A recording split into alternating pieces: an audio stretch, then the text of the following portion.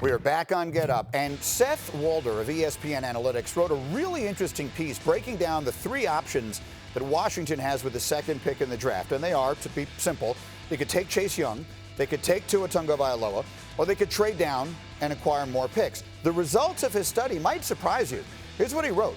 Given the importance of acquiring a franchise quarterback, selecting Tagovailoa is probably the most advisable course of action. Opportunities to draft a quarterback prospect of his caliber without having to trade up to do so do not come around often. But there's an argument for trading down, too. Washington would be best advised to take one of those two options. There's room for debate about what Washington should do, but the evidence is clear about what it should not do. Take Young at number 2. Whoa. Jeff Darlington, insider. That's not what I was expecting to read. What are you hearing coming out of Washington? Well, look, I can tell you exactly what Ron Rivera is saying. He's one of the more honest guys in the NFL, and we still have to regard some of these comments as smokescreens. But he made very clear that he believes that if you're going to trade out of that number 2 spot, you have to be going to a position that still allows you to get the type of generational potential player that you're skipping at number 2.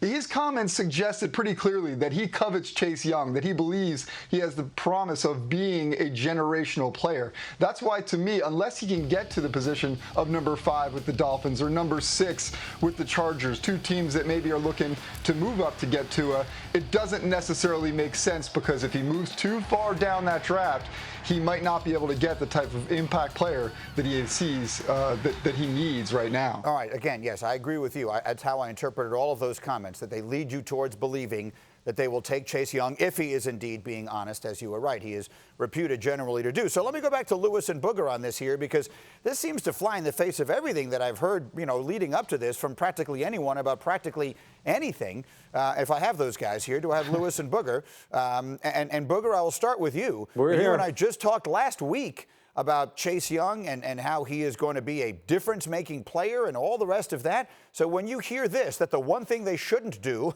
is take Chase Young at number 2, what thought goes through your mind?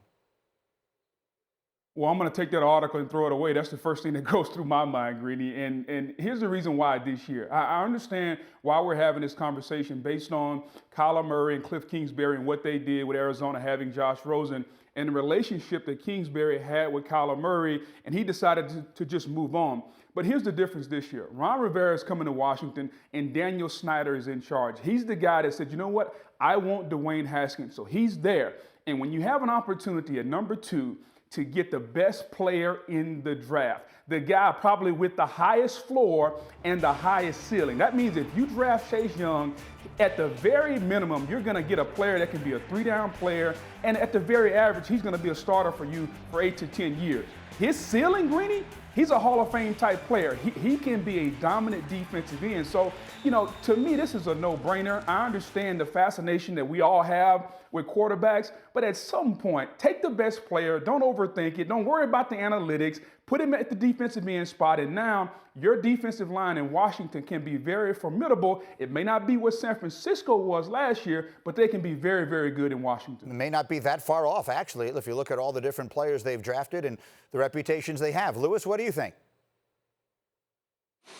Yeah, I think the argument that Seth is trying to make is that, look, the contribution that a quarterback, the impact that a quarterback can have on a franchise's fortune far exceeds what he believes the impact could be from a defensive end. And in this case, they think that Tua would far surpass what Dwayne Haskins could do for that franchise. But that doesn't take into account, Dwayne's environment last year. So that's number 1.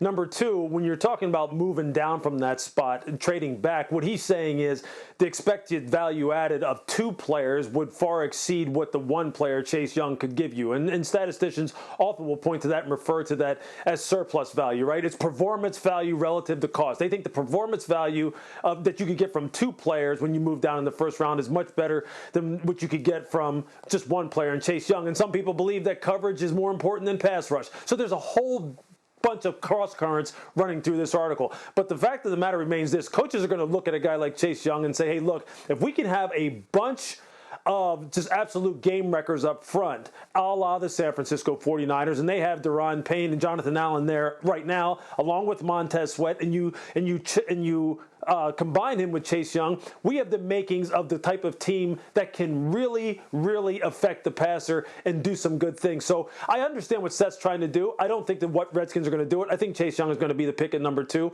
and we're going to move on from that. But it does have some great arguments.